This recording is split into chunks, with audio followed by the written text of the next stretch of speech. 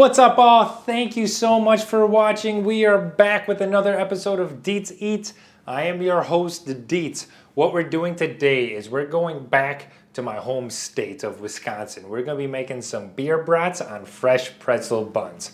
Now in Wisconsin, if you have a brat and it's not boiled in beer first, it's kind of a sin. It's unheard of. Nobody doesn't do it.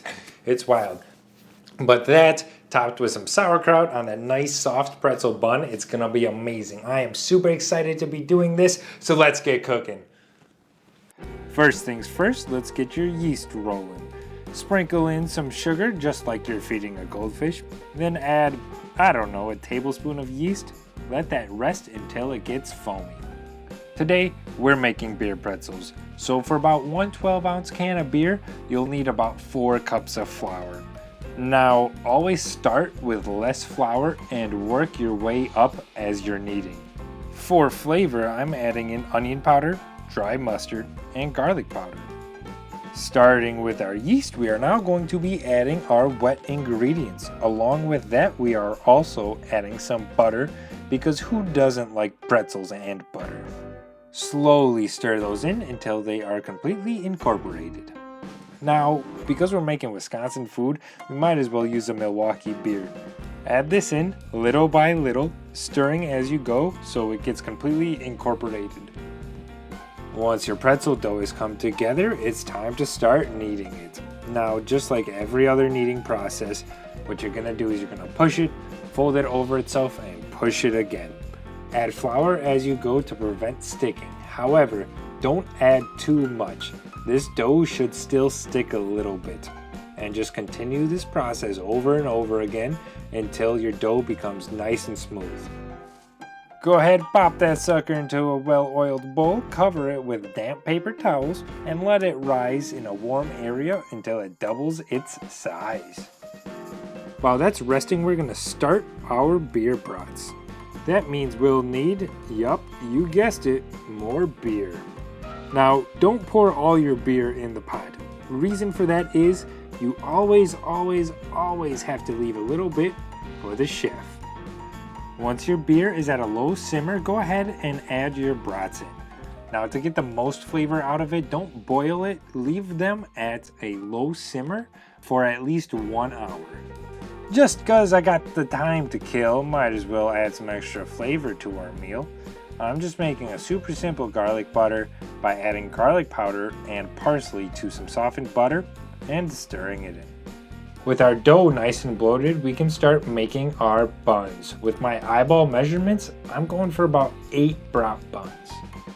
My process is to pack the dough together and then roll it in between my hands until it's the length of a brat, but a little bit thicker. Go ahead, repeat this process for each little dough ball that you got. Next thing to do is add baking soda into a pan of water and bring it up to a simmer. Once the water is hot and the baking soda is dissolved, we are placing our dough in for 15 seconds on one side and 15 seconds on the other. Now this process is what gives pretzels that brown color and some extra flavor. Take them out and place them on the baking sheet you will be putting into the oven. Pat dry them to get all the extra water off, and if you're feeling fancy, go ahead and score them down the middle. Alternatively, you can cross score them if you prefer that. Now this is just an extra step. You don't actually need to do this, it just makes it look better. Place them buns in a 425-degree oven until they are nice and brown. Realize you played yourself because they stick to parchment paper and cut the camera so nobody sees you struggle. With that DietzEatz taken care of, it's now time to sear our brats. By this point, they should be cooked all the way through, so we're just looking for some good color on them. The last thing to do is to build our brat. Split the bun, and I'm adding some of that garlic butter to both sides. Place that gorgeous brat on and top it off with a healthy pinch of sauerkraut. So here is our completed beer brat on our pretzel bun. I am super excited for this. I grew up eating this Maybe not the fresh bun or anything like that, but I grew up eating this. This is some big nostalgia coming out of Wisconsin. So I can't wait any longer. I'm gonna go ahead and try it.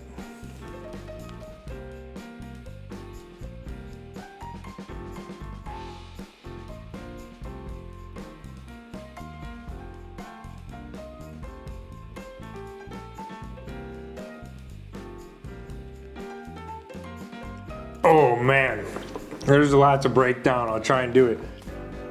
The beer, I can taste the beer all over in this thing. In the brat, because it was so long soaking in that beer, and in the bun as well.